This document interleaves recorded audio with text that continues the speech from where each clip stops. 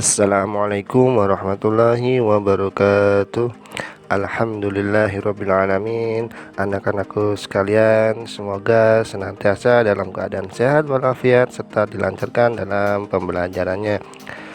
Kembali lagi dalam pembelajaran daring mata pelajaran informatika. Namun sebelum pembelajaran ini kita mulai, mari kita mulai dengan membaca basmalah. Bismillahirrahmanirrahim. Baik anak-anak, pada kesempatan kali ini kita akan melanjutkan pelajaran yang minggu lalu. Nah, pelajaran pada saat ini kita akan membahas tentang software. Melanjutkan materi yang sebelumnya tentang perangkat hardware atau perangkat keras komputer. Nah, kali ini kita akan belajar tentang software perangkat lunak komputer, di mana perangkat ini hanya bisa kita lihat akan tetapi tidak bisa kita pegang atau raba. Contohnya sistem operasi, Windows, atau program aplikasi untuk kerja seperti Microsoft Word, Excel, atau PowerPoint.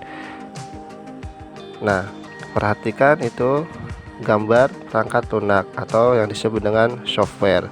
Beberapa aplikasi yang ada dalam sebuah komputer yang disebut software. Baik anak-anak, dilanjutkan pengertian software. Nah, pengatur komputer untuk memanfaatkan hardware yang tersedia. Dengan adanya software, berarti fungsi-fungsi hardware dapat dijalankan. Nah, berarti ketika hardware tidak ada softwarenya, seorang user atau pengguna tidak akan bisa menggunakannya. Jadi setiap komputer harus ada software, hardware, dan yang terakhir brainware atau user yang menggunakannya. Pembagian sebuah software. Nah, di situ ada sebuah diagram pembagian software. Yang pertama ada sistem operasi, bahasa pemrograman, alat bantu, dan aplikasi. Yang pertama ada software sistem operasi. Nah, sistem yang diperlukan untuk dapat menjalankan semua aplikasi program atau software yang ada di komputer. Nah, sistem operasi berfungsi mengatur kerja komputer secara mendasar, seperti mengatur proses input-output, mengatur memori internal dan eksternal, mengatur pengkodean atau interpreter. Nah, interpreter dengan kata lain menerjemahkan perintah dari software aplikasi ke dalam perintah yang dimengerti oleh komputer. Konfigurasi hardware, mengenal peralatan pendukung komputer, peripheral, dan manajemen file, yaitu pengolahan file, data, dan program. Nah, di sini ada contoh sistem operasi. Yang pertama ada MS-DOS, Disk Operating System. Ada Unix, Linux, OS/2, dan Windows. Software bahasa pemrograman, yaitu program yang digunakan untuk menerjemahkan instruksi-instruksi yang ditulis dalam bahasa pemrograman ke dalam bahasa mesin agar dimengerti oleh sebuah komputer. Nah, contoh software bahasa pemrograman. Yang pertama ada Fortran, Assembly, Basic, Pascal atau Turbo Pascal, COBOL, bahasa C, Visual Basic, dan Delphi. Itu beberapa contoh software bahasa pemrograman. Software alat bantu atau yang disebut utility, software yang digunakan untuk memaksimalkan daya kerja perangkat lunak dan perangkat keras. Nah, di situ ada Norton Utility, Laplink, Norton Commander, dan Partisi Magic. Baik anak-anak, yang selanjutnya ada software aplikasi, yaitu perangkat lunak yang dibuat oleh perusahaan software house yang berguna untuk menyelesaikan pekerjaan yang sifatnya umum. Software aplikasi ini dikelompokkan berdasarkan fungsi atau bidang pekerjaan yang dilakukan. Nah, di situ ada gambar-gambar sebuah aplikasi. Ada Windows, ada Yahoo, ada Winamp, Opera, Mozilla Firefox, dan sebagainya. Baik anak-anak, yang pertama ada aplikasi pengolah kata, perangkat lunak untuk pengolah kata umumnya digunakan untuk membuat suatu dokumen yang berhubungan dengan teks, surat, laporan, dan lain-lain. Nah, jadi aplikasi pengolah kata itu sebuah aplikasi yang berhubungan dengan teks atau dokumen, surat, dan sebagainya. Nah, itu ada contohnya Microsoft Word, WordStar, Word Perfect, QWriter, dan lain-lain. Nah, tetapi yang sering digunakan dalam pengolahan kata yaitu Microsoft Word. Yang selanjutnya ada aplikasi pengolah angka.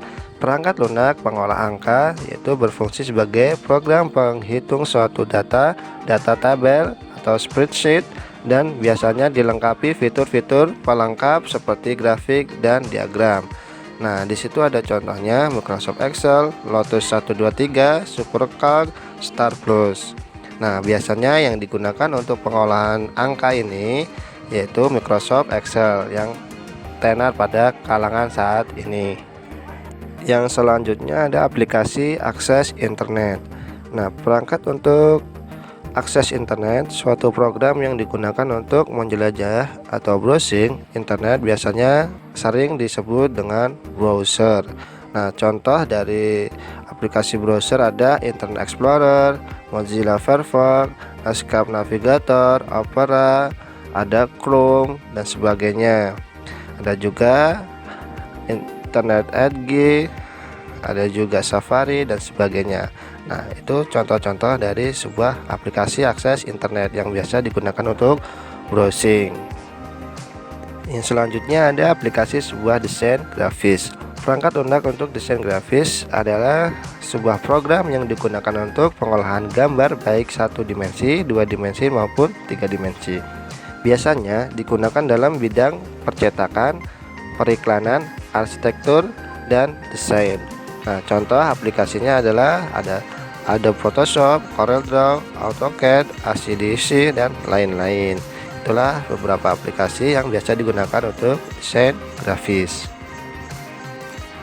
Yang selanjutnya ada aplikasi pembuat presentasi. Perangkat lunak pembuat presentasi adalah sebuah program yang digunakan untuk keperluan presentasi, menampilkan slide atau lembar demi lembar. Contohnya ada Microsoft PowerPoint, Macromedia Freehand, ada Storyboard, Flash, Macromedia, dan lain-lain. Nah, pada kalangan saat ini yang sering digunakan untuk presentasi yaitu Microsoft PowerPoint, yang termasuk dalam sebuah Microsoft Office yang tergabung dalam Microsoft Word, Microsoft Excel. Nah, ini ada Microsoft PowerPoint. Aplikasi pembuat multimedia. Perangkat lunak untuk membuat multimedia, program yang digunakan untuk menggabungkan berbagai media, audio, video, teks, dan sebagainya untuk menghasilkan sebuah produk multimedia. Contohnya ada Winamp, Windows Media Player, QuickTime, Real Player, dan lain-lain. Nah, ini sebuah aplikasi yang menampilkan sebuah multimedia. Contohnya kalau kita ingin memutar musik di komputer atau laptop, nah ini ada sebuah aplikasi Winamp untuk memutar sebuah aplikasi musik dan sebagainya. Baik anak-anak, yang selanjutnya ada sistem operasi atau operating system yang disebut dengan OS. Di situ ada Windows, Linux, Mac OS, FreeBSD, Red Hat, Solaris, Sun, Cobalt. Nah, itu beberapa sebuah sistem operasi. Nah, anak-anakku, coba kalian perhatikan cara kerja sistem operasi dari pengguna, aplikasi, sistem operasi, dan perangkat keras. Kembali lagi ke atas, sistem operasi, aplikasi, sampai ke penggunanya. Jadi cara kerja sistem operasi itu tergabung dalam 3, yaitu hardware, software, dan firmware. Nah, hardware itu sebuah perangkat kerasnya, dan software itu ada perangkat lunaknya, yaitu aplikasi atau sistem operasi, dan terakhir ada firmware, penggunanya atau user yang kita mengoperasi komputernya. Jadi ketiganya itu harus saling berhubungan. Jadi perangkat kerasnya harus ada software, perangkat lunaknya, dan ada brainware-nya yang menggunakan. Ketika ada dua aplikasi yaitu hardware dan software nggak ada penggunanya, itu tidak akan bisa berfungsi. Sistem operasi yaitu sebuah perangkat lunak sistem yang bertugas untuk melakukan kontrol dan manajemen perangkat keras serta operasi-operasi dasar sistem, termasuk menjalankan perangkat lunak aplikasi serta program-program pengolah kata, menjelajah web dan sebagainya. Nah, di sini ada macam-macam sistem operasi. Sistem operasi pada sebuah komputer ada DOS, Windows, Linux, Mac OS. Nah, untuk smartphone atau handphone ada Java, Symbian, BlackBerry, Android, dan iOS. Nah, itu gambar-gambarnya ada di bawahnya. Yang pertama itu ada DOS. Sistem operasi DOS adalah DOS Disk Operating System, merupakan salah satu software yang termasuk dalam golongan sistem operasi. Disk operasi sistem dipakai pada media penyimpanan disk baik disket maupun hard disk. Nah, itu ada beberapa produk DOS sampai saat ini. Kalian bisa perhatikan. Nah, yang selanjutnya ada Windows. Windows adalah salah satu software sistem operasi yang dikeluarkan oleh perusahaan Microsoft. Microsoft Windows adalah software sistem informasi yang paling populer untuk para pengguna PC atau komputer. Tampilan Windows yang user friendly membuat menjadi pilihan utama. Nah, itu macam-macam Windows dari tahun ke tahun. Nah, itu ada sebuah BlackBerry. BlackBerry OS adalah sistem operasi mobil yang dikembangkan oleh Research in Motion atau singkat RIM. Untuk ini BlackBerry smartphone. Yang selanjutnya ada Android. Nah, Android dengan logo uniknya yaitu robot hijau sebetulnya sudah ada sejak lama. Namun semenjak tahun 2009 perkembangan Android melesat dengan cepat. Mobil OS dari Google ini memberikan kebebasan yang sangat luas untuk para developer dan terintegrasi penuh dengan teknologi Google. Aplikasi-aplikasi yang tersedia untuk Android juga sudah banyak sekali sehingga pengguna Android mempunyai banyak variasi dalam menggunakan aplikasi di Android. Nah, itu gambar sebuah Android. Alhamdulillahirrahmanirrahim, anak-anakku, dalam kesempatan pembelajaran kali ini materi informatika sudah selesai. Semoga pembelajaran yang pada kesempatan pagi hari ini yang Bapak sampaikan dapat bisa dipahami oleh kalian semuanya. Semoga bermanfaat, dan jangan lupa untuk anak-anakku jaga selalu kesehatan dan giat belajar agar kalian bisa menggapai cita-cita kalian. Sampai bertemu di pertemuan selanjutnya. Tetap semangat. Assalamualaikum warahmatullahi wabarakatuh.